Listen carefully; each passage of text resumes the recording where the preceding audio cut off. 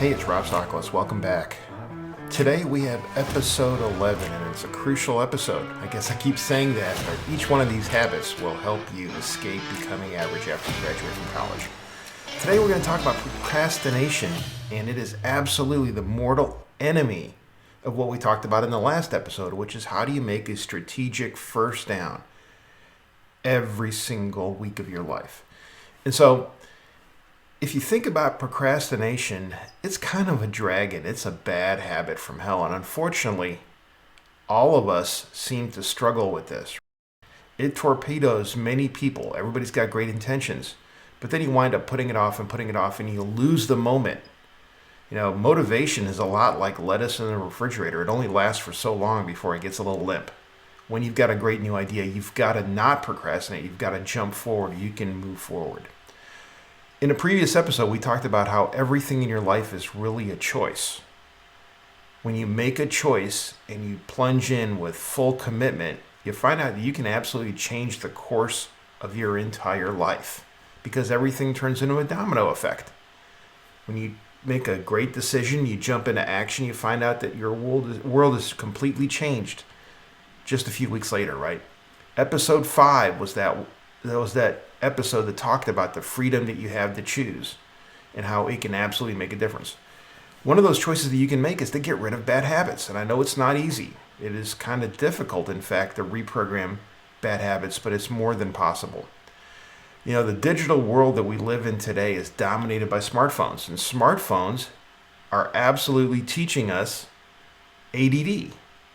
They're giving us attention disorder because everything chirps. Everything is competing for your time. Every single app on this device is trying to make sure that you grab the phone and you take a look, whether it's Instagram or Snapchat or just texting itself. Smartphones are teaching us to be distracted 7/24, and we've got to find a way to overcome that. You know, overcoming a bad habit always starts the same way. You've got to recognize how often you're being distracted.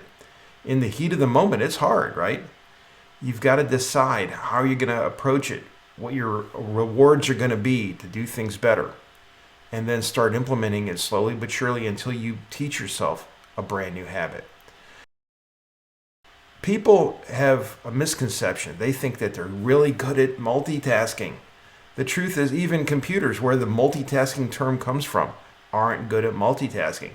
What computers do is they change tasks very, very quickly, and they're very efficient at it because where they leave off is exactly where they pick back up when they process the next command. Human beings aren't like that at all. We have to reorient ourselves. We have to grab our stuff and start thinking about it again before we can do it. Multitasking is an absolute disaster, and no one is good at it at all, right? You've got to get out of this habit. You've got to figure out a way to focus on the things that are most important. So step 1, without a doubt, is to turn off as many of the alerts and notifications as you possibly can. If you turn off most of them, you'll be interrupted way less often. You know, one of the things when you get to the workplace, you find out that it's kind of dominated by email. The best way to overcome this that I have found is that I actually have created a secret second inbox, and I forward using a filter the messages that I know are most important. I forward to my high priority inbox, so I now have a place to look. So, for example, if my boss sends me an email, it actually is the one thing that does alert on my smartwatch. But when most people send me an email, I look at that in due time because they do not get forwarded to the high priority inbox. So just this one step alone will help save you a lot of strife.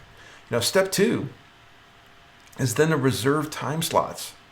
If you set up a time on your calendar, just 30 minutes to work on your strategic item, you're going to find out that you may not procrastinate as often because you've got a time allocated for just that. You know, if you put your phone in the other room for those 30 minutes, you're going to find out that almost everything can wait that 30 minutes. There's a great method called the Pomodoro method for time management, which basically says set up a timer. And for those 30 minutes, have your timer ticking so it reminds you to stay focused on your one task. And you know in the back of your head that everything can wait for just 30 minutes. And start working on this habit of respecting your own reserved time slots.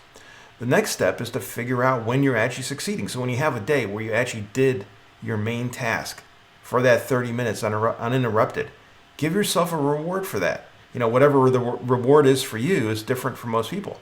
In my perspective, I created a calendar where I would just mark off the right days, the days where I actually took the time and worked on my strategic stuff, and started marking it off with a green X. And every time that I failed to do that, I marked it with a red X. The whole idea was to try to get 5 days in a row with green X's. You'd be amazed at how just that one little trick alone helps you get away from procrastinating and start working on what is truly important, what needs your attention, what's that big rock that you need to work on today. You got to understand, procrastination is gravity pulling you back to earth. If you want to fly, if you want to achieve things beyond the norm, you've got to overcome procrastination. You've got to reserve that time for your strategic big rocks. The truth is, if I could do it, you can do it too. Nothing terribly special other than I focused on this and built a habit until I suddenly stopped procrastinating nearly as much. And I still procrastinate today. You just got to figure out what works for you, right? I started personally by getting up an hour early.